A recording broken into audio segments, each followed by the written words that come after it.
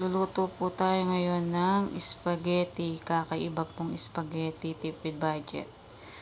Kumuha po ako ng isang isda. Pinirito ko po yan. Hindi ko na po pinakita yan. Isang pirasong isda. Hinimay ko po, tinanggal ko po ng tinik. Tapos nagready na po ako ng kawali. Hindi ko na po pala pinakita yung pasta. Alam naman po natin na paano po lutuin yung pasta. Pakuluin lang po sa kaserola. Tapos lagyan ng mantika at asin. Tapos lagay na po yung pasta. Hintayin po yun hanggang lumambot. Yan, nagisa na rin po ako ng bawang. Naglagay akong konting mantika.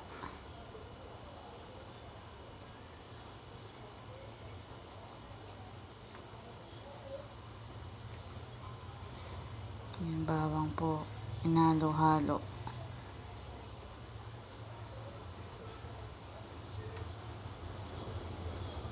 Tapos nilagay ko na po yung isdang hinimay ko po kanina.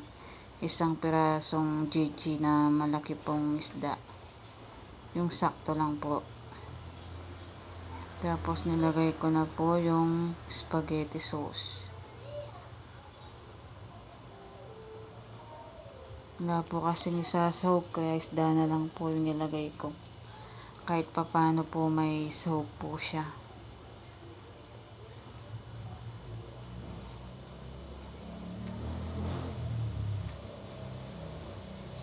Yan po yung pastang naluto ko po kanina yan. Yan po yung spaghetti sauce. Tapos nagready po ako ng baso. Tapos isang pirasong swak na Bear Brand. Wala po kasing Alaska na evap or milk na evap. Kaya Alaska na ano na lang po nilagay ko. Swak Bear Brand.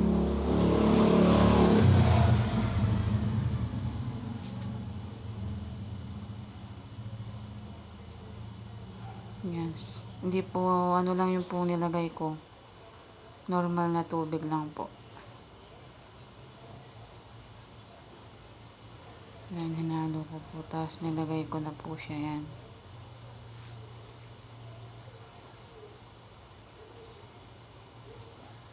Sayang po yung gatas. Kaya naglagay pa po ako ng konting tubig.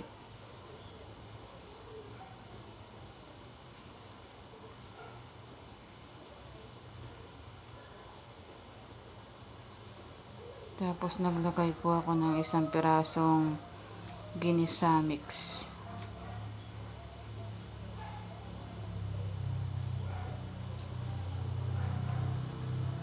Halo-halo ko lang po yan.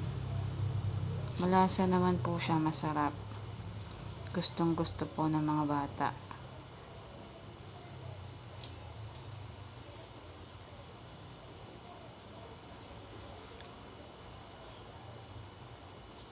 Nalagay na po natin yung pasta. Tayin lang po natin. Ilagay ko na po yung pasta.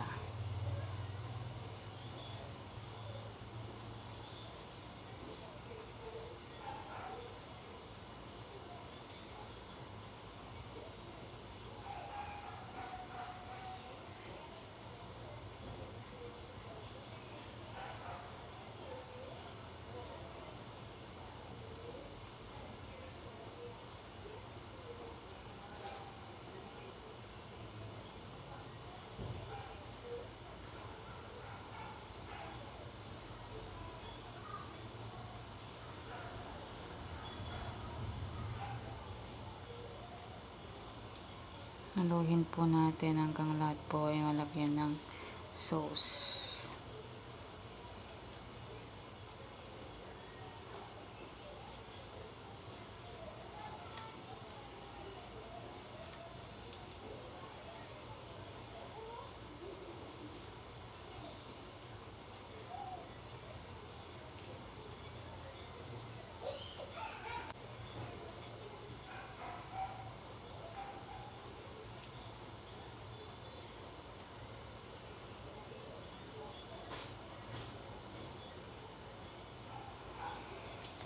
Halo-halo ko lang po siya ng mabuti. Yan.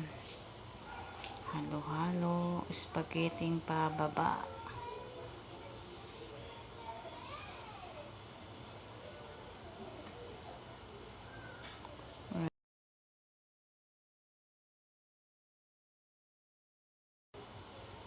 Yummy oh. Kahit wala po siyang masyadong sahog. Isang isda lang po yung sahog niya.